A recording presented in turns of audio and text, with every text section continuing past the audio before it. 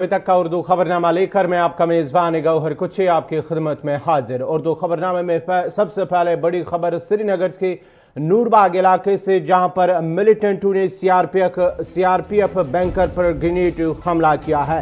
ताहम इस हमले में कोई जानी नुकसान नहीं हुआ है। श्रीनगर के नूरबाग इलाके में आज सुबह मिलिटेंटों ने सीआरपीएफ बैंकर पर ग्रेनेड हमला किया। पुलिस ज़राए का कहना है कि आज सुबह 6:30 बजे के करीब नूरबाग इलाके में मिलिटेंटों ने सीआरपीएफ पर ग्रेनेड हमला किया, जो कि निशाना चूककर सड़क किनारे जोरदार धमाके की आवाज के साथ फट गया। ताहम धमाके में कोई जानी नुकसान नहीं हुआ है। हमले के फौरन बाद फोर्सेज ने इलाके को महास्त्र में लेकर तलाशी कार्रवाई कुछ देर तक शुरू की। ताहम कुछ देर के बाद ही ऑपरेशन पुरअमन इख्तिताम पजीर हुआ।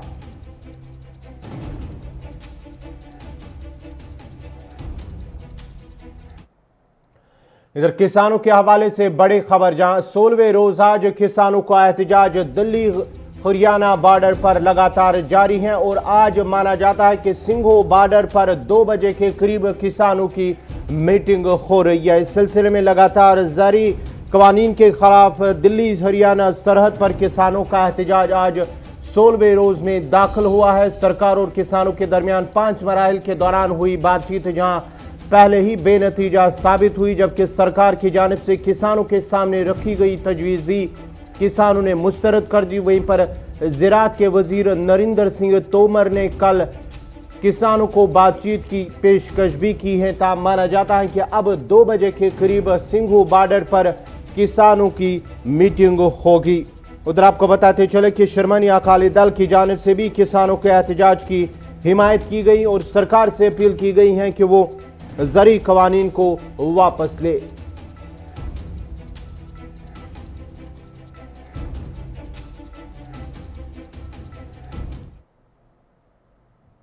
हमारे कृषि मंत्री धन्यवाद हम दे रहे हैं इस बात का कि उन्होंने इस बात को दर्शाया है, परंतु इसमें ज़्यादा बड़ा मुद्दा नहीं है।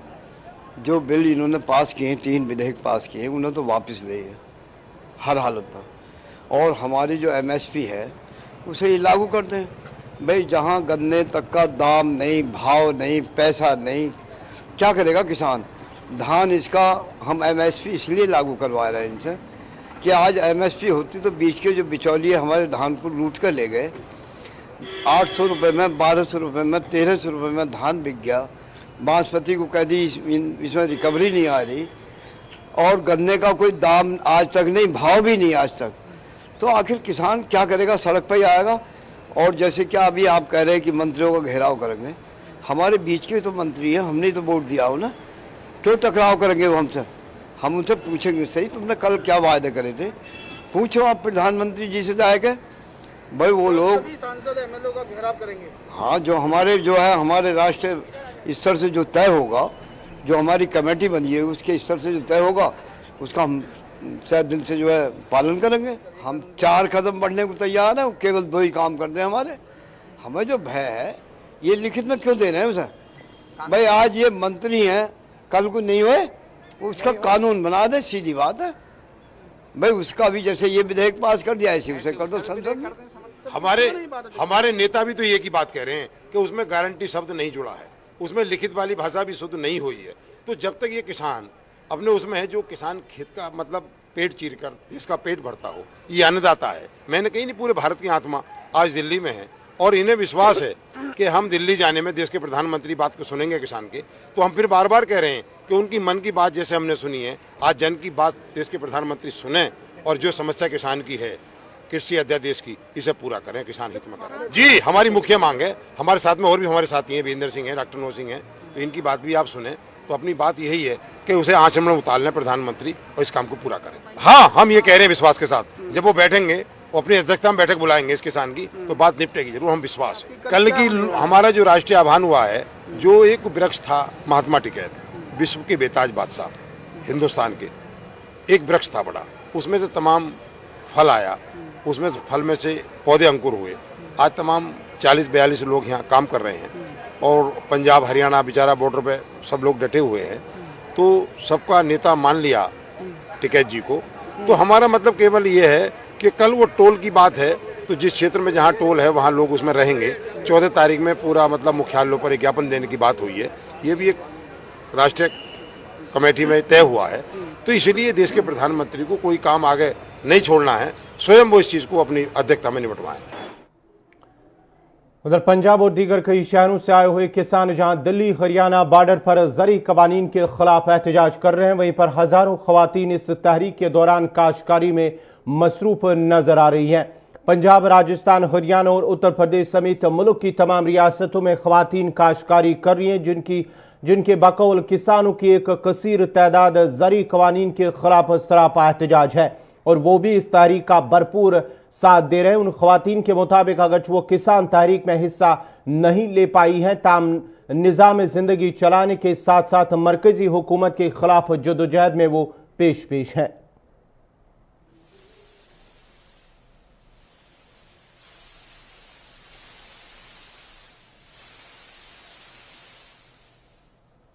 टाइम दिल्ली बॉर्डर पे गए हुए हैं तो मोदी से लड़ाई करने, तो हम यहाँ पे काम कर रही हैं। उसका सारा खेती का काम हम संभाले। वो बोल के गए हमारे को पे आप लोग यहाँ खेती का काम संभाल लेना, हम बॉर्डर पे जाएंगे। हमने भेजा हुआ उनको पे आप बेफिक्र होके आप वहाँ जा सकते हैं, हम आपका सारा पीछे से काम संभाल के। पहले हम घर के काम सामते थे, अब मजबूरी में हमारे को यहाँ सामना पड़ा। जब हमारे आदमी लोग पहले आर्मी में भी जाते तब भी हम सामती थी, अब हम बॉर्डर पे गए हो दिल्ली मोदी से लड़ाई करने, अब हमारे को जबरदस्ती संभालना पड़ा है। देना पड़ेगा उनको, देना ही पड़ेगा, आज ना कल करना परसों देना पड़ेगा, तो मजबूर होना पड़ेगा उनको, गवर्नमेंट को। नहीं जी, हमारे बंदे खाली हाथ कभी नहीं आएंगे, वहाँ जीत के आएंगे। हाँ जी, हमारे बंदे, हाँ जी, चाहे 1 साल लग जाए, चाहे 2 साल लग जाए, हम वहाँ से जीत के आएंगे। हाँ जी, हमारे हौसले बुलंद है। हम खेतों में वैसे तो हमारे घर वाले खेती करते थे, पर अब जो मोदी सरकार ने काले कानून हमारे पर ला किए हैं, उनको वापस करवाने के लिए वो इस टाइम ठिकरी बॉर्डर पे और शंभू बॉर्डर पे, सिंह बॉर्डर पे, सब वहाँ पे सारे हमारे किसान भाई बेटे वहाँ पे लगे हुए हैं। जब तक मोदी सरकार काले कानून नहीं वापस करेगी, तब तक हम वहाँ पर ही हमारे बच्चे, हमारे घर वाले भाई वहाँ पे डटे रहेंगे। उनके पीछे से हम सारा घर का काम, खेती का काम, पशुओं का काम, सब अपना काम अपने आप संभालेंगे। उनको कोई फिक्र नहीं है। जब तक वो वापस नहीं करेगा, चाहे 2 महीने लग जाए, 4 महीने लग जाए, वहाँ उनको तैयार करके भेजा हुआ है सामान, खाना पीना उनका साथ में दिया हुआ है। जब तक वो काले कानून वापस नहीं करेंगे, तब तक हमारे भाई बहन वहाँ पर डटे ही रहेंगे। जम्मू कश्मीर के हवाले से, तालिब इल्मों के हवाले से अब बड़ी खबर है कि जम्मू कश्मीर के जो तालिब इल्म जामिया यूनिवर्सिटी में दाखिला लेने के लिए हवाले से जिन्हें इम्तिहानात लेने हैं, इस सिलसिले में साबिक वज़ीर आला महबूबा मुफ्ती और साथ ही साथ PDP सदर महबूबा मुफ्ती ने ट्वीट करते हुए जामिया यूनिवर्सिटी की इंतजामिया से अपील की है कि जो ऑनलाइन मोड इम्तिहानात लेने हैं, इस सिलसिले में बाज़ाब्ता तौर पर उनसे अपील की गई है कि वो कोई दूसरा ऑप्शन इस हवाले से जम्मू कश्मीर के तालिब इल्मों को दे, ताकि वो, क्योंकि जम्मू कश्मीर के अंदर जिस तरह से इंटरनेट खदमात की मुअत्तली या 4G इंटरनेट की मुअत्तली के हवाले से जो है, जिससे तालिब इल्मों को मुश्किलात हो रहे हैं ऑनलाइन एग्ज़ाम के हवाले से, इस सिलसिले में महबूबा मुफ्ती ने जामिया यूनिवर्सिटी हुकाम से अपील की है कि वो कोई दूसरा ऑप्शन इस हवाले से जम्मू कश्मीर के तालिब इल्मों को दे, ताकि उनका साल जो है ज़ाया ना हो और साथ ही साथ वो इस इम्तिहानात में शिरकत कर सके। जहाँ जामिया यूनिवर्सिटी की जानिब से जो इम्तिहानात है वो ऑनलाइन मोड के हवाले से लिए जाना था, ताहम इस सिलसिले में जम्मू कश्मीर के तालिब इल्मों को मुश्किलात होगी, क्योंकि इंटरनेट वहाँ पर 2G इंटरनेट सर्विस जो है बहाल है, उस सिलसिले में उन्हें जो है मुश्किलात पेश आ रहे। इस सिलसिले में अब महबूबा मुफ्ती ने जामिया यूनिवर्सिटी से अपील की है कि वो कोई दूसरा अल्टरनेटिव दे जम्मू कश्मीर के तालिब इल्मों को, ताकि वो इन इम्तिहानात में शिरकत कर सके।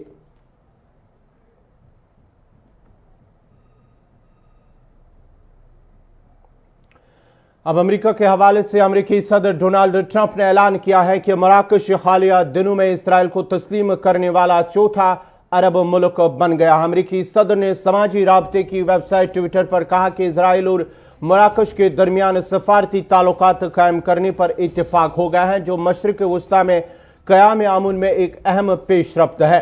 उन्होंने दावा किया है कि इस ताल्लुक के क़याम से मशरिक वस्ता में क़याम अमन को तक़वियत मिलेगी। उन्होंने मौक़िफ़ इख्तियार किया है कि यह कदम मशरिक़ वस्ता में क़याम अमन के लिए एक अहम पेशरफ्त है। याद रहे कि मुत्तहिदा अरब इमारात ने रवां बरस अगस्त में इसराइल से ताल्लुकात कायम किए थे और दहाइयों से जारी अरब ममालिक की पॉलिसियों के बरकस अपना फैसला सुनाया था, जबकि फ़लस्तीनियों समेत दीगर मुस्लिम ममालिक और इदारों की जानिब से शदीद गुस्से का भी इजहार किया गया था। मुत्तहिदा अरब इमारात और बहरीन वो तीसरे और चौथे अरब ममालिक हैं जिन्होंने इसराइल के साथ ताल्लुकात कायम किए हैं, जबकि मिस्र और उर्दन बिल तरतीब 1989 और 1994 में इसराइल के साथ अमन माहदे पर दस्तखत कर चुके हैं।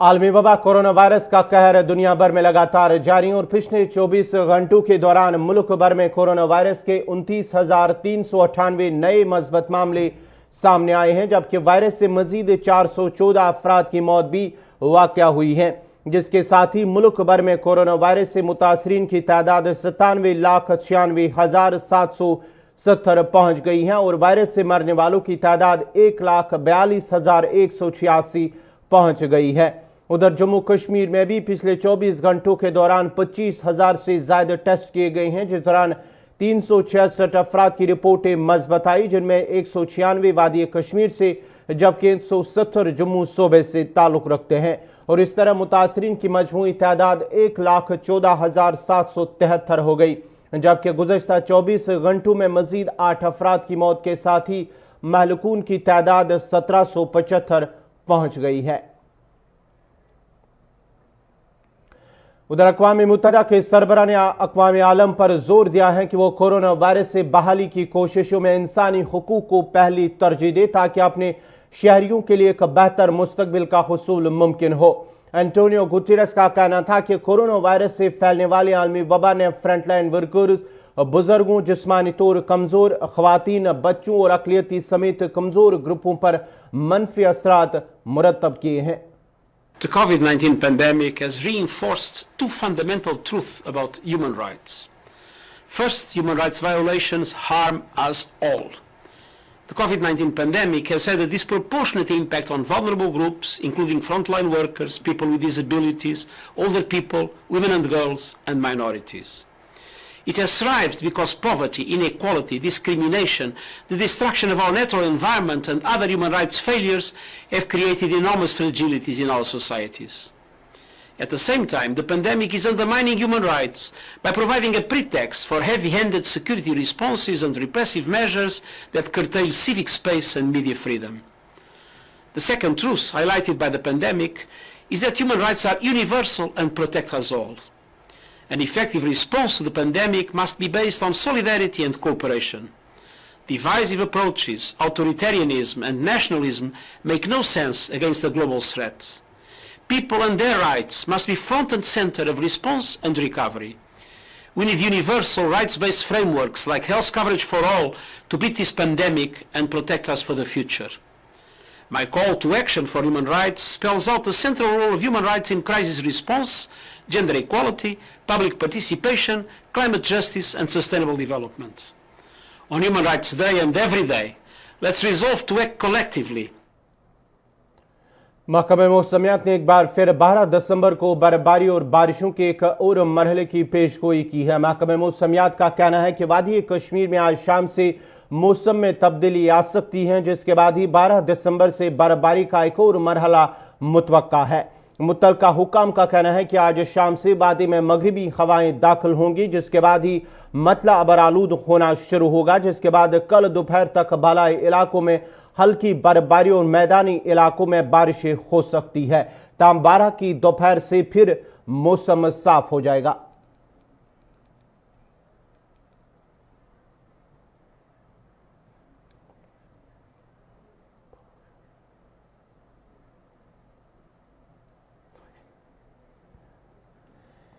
दिल्ली में ठंड के साथ अब भी फिजाई आलूदगी की वजह से आम लोगों को मुश्किलात का सामना करना पड़ता है और अगरचे दिल्ली हुकूमत ने कई अहम इकदाम भी उठाए हैं, ताम आज भी दिल्ली में फिजाई आलूदगी बढ़ रही हैं, जिस पर लोगों ने हुकूमत से अपील की है कि वो ऐसे मौसर इकदाम उठाए ताकि आवाम की मुश्किलात दूर हो सके। लोगों का कहना है कि बढ़ती फिजाई आलूदगी की वजह से एलर्जी और दीगर सांस की बीमारियों में मुब्तला मरीजों को मुश्किलात का सामना करना पड़ता है। एंड में चल रहे हैं और जैसे कि वेदर चेंज हो रहा है, हम सभी को पता है यहाँ पर कि पोल्यूशन कितना एक इशू रहा है दिल्ली वालों के लिए। एज ए दिल्ली सिटीजन्स हम लोग यही कोशिश करते हैं कि कम से कम पोल्यूशन करें, बट हाँ जैसा कि वेदर चेंज हो रहा है, बच्चे बूढ़े सभी को सांसों की दिक्कत आती है। हमें कोशिश करनी चाहिए कि कम से कम व्हीकल यूज़ करें और जितना हो सके व्हीकलों को अवॉइड करके पब्लिक ट्रांसपोर्ट को यूज़ करा जाए। और ये हमारी इनिशिएट है, गवर्नमेंट अपनी पॉलिसीज़ बना रही है बट वो पूरी तरह इम्प्लीमेंट नहीं हो पा रही। ये हमारा भी एज ए सिटीजन ये कर्तव्य है कि हमें इसे फॉलो करना चाहिए। सर शारीरिक तौर पर सांस की प्रॉब्लम कॉमन है, मास्क लगाने के बाद बहुत ज़्यादा ये इशू बढ़ा हुआ है। अभी हाल फिलहाल में मैंने भी काफ़ी नोटिस किया हुआ है, लोगों को सांस से रिलेटेड और शरीर से रिलेटेड दिक्कतें आ रही हैं। लोगों को साइलेंट अटैक बहुत आ रहा है, मास्क लगाने की वजह से पूरी ब्रीदिंग नहीं हो पा रही। और जैसे कि सबको पता है लोग डर के मारे ज़्यादा मास्क पहन रहे हैं।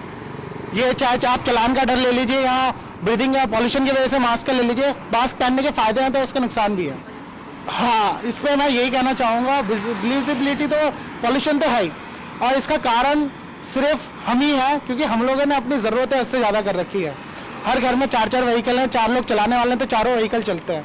तो ये initiate as a Delhi citizens हम लोग को सोचना चाहिए कि हम कम से कम व्हीकल यूज़ करें और ज़्यादा से ज़्यादा उस चीज़ को इनिशिएट करें पब्लिक में। दिल्ली में पॉल्यूशन निरंतर बढ़ता जाता है। हर साल जो है कहा जाता है हम यहाँ पे एक सिस्टम बैठा रहे हैं आनंद विहार में, तो पूर्वी दिल्ली में कोई सिस्टम बैठा रहा है जिससे कि पॉल्यूशन कम होगा, लेकिन पॉल्यूशन कम होने का नाम नहीं ले रहा है। दिन ब दिन बढ़ता जा रहा है, 400-600 क्यूसेक तक ये पॉल्यूशन जो है बना रहता है निरंतर। ठीक है ना, हम लोग मास्क लगा के चलें तो कोरोना के कारण चलो मास्क से थोड़ा बचाव हो रहा है, लेकिन फिर भी लोगों में देखिए अस्थमा की समस्या, श्वास रोग की समस्या, आँख में जलन, कई ऐसी समस्याएं हैं जो पोल्यूशन के कारण निरंतर बनती जा रही है। इसीलिए आपसे अनुरोध है कि इन्वायरमेंट मिनिस्ट्री को थोड़ा सख्त होना पड़ेगा इसमें पोल्यूशन के लिए। अब कई गाड़ियां ऐसी है जिसका पोल्यूशन ठीक तरह से चेक नहीं होता है, जिसमें धुआं निरंतर बढ़ता जा रहा है। सिर्फ पैसे के लिए वाहन चेकिंग होता है और उसको छोड़ दिया जाता है, तो ठीक ढंग से पोल्यूशन भी चेकिंग नहीं हो पा रहा है।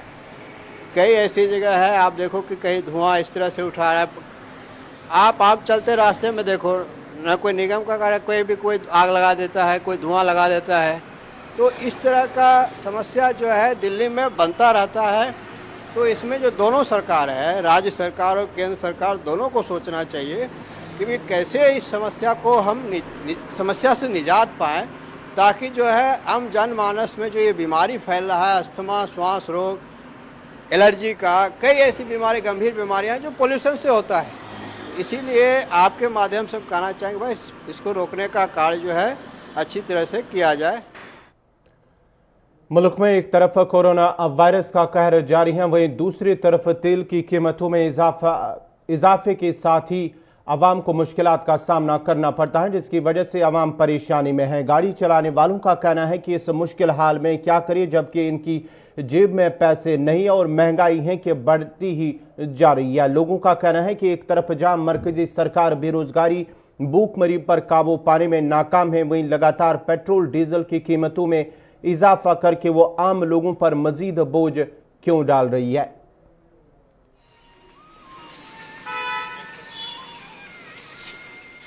लॉकडाउन के बाद कितना महंगाई कितनी बढ़ गई है, आम जनता कितना महंगा पेट्रोल कैसे खरीदेगी।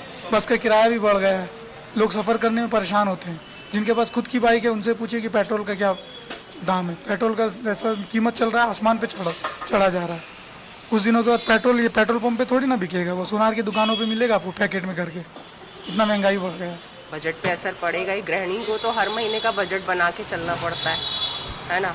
अभी महीने के 20,000 खर्च होते थे, अब 30 होंगे, चल ही रहा है। और उसके खिलाफ अभियान होना चाहिए, पेट्रोल के खिलाफ तो, और ऑब्जेक्शन ज़रूर उठाना चाहिए, क्योंकि मिडिल क्लास ही सर्वाइव नहीं कर सकता। सबसे पहले तो ये कहूँगा, अगर इतनी महंगाई पेट्रोल में बढ़ाते रहेंगे ना, तो हम जैसे लोगों का होगा क्या। वही आमदनी अठन्नी, खर्चा रुपया। और आज भी पेट्रोल इतना महंगा कर रहे हैं, वो 100 रुपये तो टच करेंगे ही। और सरकार से कहना ये है कि सरकार सिर्फ आम जनता से ही पैसा क्यों ले रही है, और बाकी सारी सुविधाएं वो दे रही है तो वो किसको दे रही है? मंत्रियों और संतरियों को दे रही है। सारी चीज़ें तो फ्री मिल रही है उनको, हमें क्या फ्री दे रही है? डीजल महंगा हो गया है और पेट्रोल महंगा हो गया है, इसके कारण लोग परेशान हैं और इतनी आमदनी है नहीं, लोग भरवाएं वो भरवा नहीं पाते हैं और चला नहीं पाते हैं। और सरकार कुछ कर नहीं रही और ना देख रही है। सरकार तो ये कहती है पेट्रोल सस्ता है, लोग गरीब हो गए हैं कोरोना में, इसके कारण पेट्रोल महंगा है। जम्मू कश्मीर में डीडीसी इंतखाबात के जहां 5 मराहिल मुकम्मल हो चुके हैं, जिस दौरान तकरीबन 50% लोगों ने अपने हकरादही का इस्तेमाल किया, वही अवाम का मानना है कि डीडीसी इंतखाबात के बाद बदलाव देखने को मिलेगा और अवाम के मसाइल का हल हो सकता है। हमारे नुमाइंदे ऋषि खजूरिया ने अवाम से बात की, उन्होंने क्या कुछ कहा तो देखते हैं। ऋषि जी देखो कि ये तो मतलब कि 70 साल में JNK में पहली बार हो रहा है कि जो DDC की इलेक्शन हुई है जहाँ पे, तो मतलब कि अगर इलेक्शन हो रही है तो हमने मतलब कि जो अपना कैंडिडेट चुन रहे हैं, जिसको हमने मतलब कि अपना कीमती वोट दिया, हम यही चाहते हैं जो हमारी मतलब कि लोकल्स मतलब प्रॉब्लम्स है, जैसे रोड का हो गया इशू हो गया, पानी का इशू हो गया, जो मतलब जहाँ पे डेवलपमेंट होनी चाहिए, तो काफी खुशी है कि मोदी जी ने जो स्टेप उठाया कि 370 टूटने के बाद आज 70 साल के बाद JNK में DDC की इलेक्शन हुई है, तो इसमें हमारे जो हम कैंडिडेट चुन रहे हैं वो खरे उतरे इसमें। लेकिन मैं जानूंगा कि जिस तरह से पिछले दौर में आपने कई इलेक्शंस होते हुए देखे, आपने कई बार अपना वोट कास्ट किया है, क्या आपको लगता है कि जिस प्रत्याशी को या जिस भी नुमाइंदों का वोट डालते हैं वो दोबारा आपकी सुध लेने कभी आता हो वक्त पर? देखो पहले तो ऐसा हुआ भी है 1-2 बार कि हमने जब वोटिंग की है तो जो हमारे चुने गए अच्छे जो लोग थे, जो बने हैं कैंडिडेट बने हैं, तो उन्होंने काफी सारी प्रॉब्लमें हमारी हल की है, लेकिन हालांकि वो वैसा नहीं कर पाए जैसा हम चाहते हैं। लेकिन अब ये जो DDC की मतलब एक लोकल है कि मतलब कि हमारे गांव से निकल रहे हैं, कि मतलब क्या होता था पहले MLA को पकड़ना था, अभी जो कि हमारे गाँव से निकल रहे हैं। ये DDC क्या मतलब कि आपने अपने एक मतलब की मुखिया चुनना है अपने गाँव में। शायद कहीं ना कहीं ऐसा लग रहा है हमें कि इस बार हालात चेंज होंगे और वो हमारी काफी सारी मददें करेंगे, हमारी जो रिक्वायरमेंट है वो पूरी करेंगे। तो हमने इसलिए हमें लगा कि इस बंदे को हम अगर अपना वोट दें तो ये हमारी प्रॉब्लम हल कर सकते हैं, तो इसलिए हमने अपने पसंदीदा को वोट दिया है। युवा होने के नाते क्या उम्मीद है कि युवाओं के कौन कौन से मुद्दे जो वो हल हो सकते हैं? देखिए मैं तो यही चाहता हूँ कि जैसे हमें जहाँ पे कोचिंग, स्पोर्ट्स कोचिंग JNK में काफी ज्यादा जो कि बैकवर्ड चीज मानी जाती है कि मतलब स्पोर्ट्स की कहीं भी हेल्प नहीं है, तो हमारे जहाँ पे काफी सारे मतलब कि जो ग्राउंड्स हैं उनको अगर डेवलप किया जाए तो मतलब कि जो युवा है उनको प्लेटफॉर्म देने की दरकार। हाँ बिल्कुल बिल्कुल, कि स्पोर्ट्स पे ज्यादा फोकस दिया जाए। जो नशा करते हैं आजकल की युवा पीढ़ी नशे की तरफ ज्यादा मतलब कि जा रही है, उसको वहां से हटा के इनको मतलब खेलों में इंटरेस्ट। जी जी सर, जी यानी उम्मीदें हैं आपको? हाँ सर, फुल उम्मीदें हैं। चलिए मैं आपसे भी जानना चाहूंगा क्या उम्मीदें हैं इस चुनाव से, जो कि पहली बार ये जम्मू कश्मीर यूटी में होने जा रहे हैं DDC के चुनाव। ऋषि जी यहाँ पे तो हमें जो इलेक्शन करवाई जा रही है, जो DDC इलेक्शन की है, तो काफ़ी उम्मीदें हैं यहाँ पे हमें। जो कैंडिडेट खड़े हुए हैं, तो हमारा ये मानना यही है कि जो हमारा जो कैंडिडेट है वो जीत कर आगे आए और हमारी मदद करे। तो मदद हमारी इस तरह की है कि हमारे कोई रोड की फैसिलिटी चाहिए, रोड फैसिलिटी है, जैसे कोई लाइट्स की प्रॉब्लम है, जैसे कोई हमारे हॉस्पिटल हैं, तो जैसे हमारे ग्राउंड्स ऐसे पड़े हुए हैं, तो हमें बस यही उनसे उम्मीद है कि हमारी ये उम्मीदों पे खरा उतरें और बस। यानी आप मानते हैं कि कहीं ना कहीं युवाओं की अनदेखी हो रही है और आज उम्मीदें हैं कि ये चुनाव जीतकर जो भी प्रत्याशी आएंगे वो युवाओं की ओर ध्यान देंगे? हाँ जी, जो प्रत्याशी खड़े हुए हैं, स्पेशली ये युवाओं को काफ़ी बढ़ावा दे रहे हैं, तो हमें उनसे यही उम्मीद है कि ये युवाओं की जो उम्मीदें हैं उन पे खरा उतरेंगे। चलिए आप नाम क्या है? रविंदर सिंह। रविंदर जी, क्या आपके गांव में क्या क्या दिक्कतें हैं ये दोड़ा गांव में, और क्या लगता है कि वाकई में जो दिक्कतें हैं तो आने वाले दिनों में उसका हल भी हो पाएगा? सर कोशिश तो यही है और उम्मीदें भी यही हैं, और आप देख ही लो ये ग्राउंड है, इसका थोड़ा सा वो हो जाए, हमारा ये शमशान घाट का है उसका हो जाए। हम उम्मीदें तो बहुत कर रखे हैं, देखो पहले बहुत चुनाव हुए, अभी इस DDC चुनाव का भी करके देख लेते हैं। उम्मीदें बहुत हैं और हो सकता है अच्छा ही उतरे, कुछ हमारा दिल करता है कि अच्छा ही होगा। आपको लगता है कि पिछले जो भी चुनाव हुए हैं वो कहीं ना कहीं वोट मांगकर जो नेता लोग हैं वो चले जाते हैं, दोबारा जनता को वो याद नहीं करते? बिल्कुल बिल्कुल बिल्कुल सही बात है। कोई आता नहीं है, देखने तो आना नहीं किसी ने। अब ये हमारे लोकल कैंडिडेट हैं, इनको देख लेते हैं, ये भी करेंगे क्योंकि लोकल हैं तो लोकल को तो करना ही पड़ेगा। बिल्कुल। चलिए, तो कहीं ना कहीं लोकल चुनाव है, लोकल इश्यूज हैं, तो लोकल नुमाइंदे हैं तो उम्मीदें बढ़ जाती हैं। मैं आपका नाम जानना चाहूंगा। संजीव सिंह है। संजीव जी, क्या कहना चाहते हैं? क्या उम्मीदें हैं आपको या नहीं है? मैं सीधे तौर पर ये पूछूंगा। उम्मीद तो काफी ज्यादा है। पहले तो कुछ भी नहीं था। पहले जो उम्मीदवार पीछे इलेक्शन हुए हैं, कोई काम नहीं हुआ। वैसे हमारे इधर गांव में भी सिर्फ एक गली का काम हुआ है, उसके पहले तो कुछ भी नहीं है। अभी शमशान घाट का है, कोई रोड है हमारे, तो बहुत सारे काम है हमारे। कोई उम्मीदें हैं कि डेवलपमेंट हो गाँव की, और बच्चों के लिए जो भाई जी ने बोला ग्राउंड वगैरह कुछ भी स्पोर्ट्स के, उसमें ध्यान दे सरकार। उम्मीद है आपको? उम्मीद है। चलिए, उम्मीद पर दुनिया कायम है, और इसलिए हम जनता के बीच में जाने का प्रयास कर रहे हैं कि जनता के मन की बात को टटोला जाए कि जनता चाहती क्या है। तो जनता का साफ तौर पर कहना है कि जीतकर चाहे कोई भी आए, लेकिन उनके इलाकों में डेवलपमेंट होनी चाहिए, जो डेवलपमेंट पिछले कई वर्षों से रुकी पड़ी है। नुमाइंदे प्रत्याशी आते हैं, वोट लेकर चले जाते हैं, फिर जनता को वो दोबारा याद नहीं करते। लेकिन उम्मीदें हैं कि पहली बार ये जम्मू कश्मीर यूटी में चुनाव हो रहा है डीडीसी का, 70 साल के बाद, धारा 370 को तोड़ने के बाद, तो उम्मीदें बढ़ जाती हैं कि लोकल चुनाव है, लोकल इश्यूज है, और लोकल नुमाइंदे जीत कर आएंगे तो वो इनके कामों को जरूर पूरा करेंगे और युवाओं की ओर भी ध्यान देंगे, क्योंकि युवाओं को कहीं ना कहीं दरकिनार किया जाता है और किया भी जा रहा है। तो उम्मीदें जनता की इन डीडीसी के चुनावों से काफी ज्यादा बढ़ जाती हैं। लेकिन देखना यह है कि कौन जीतकर आता है और कौन इनके इलाकों में डेवलपमेंट के कार्यों को पूरा करते हैं। तो ये थी जनता की राय गांव जोड़ा से फिलहाल के लिए। इसी के साथ ही अभी तक का उर्दू खबरनामा इख्तिताम पज़ीर हुआ। चाहता है अपने मेजबान गौहर कुछे को इजाजत दीजिए। अल्लाह हाफिज।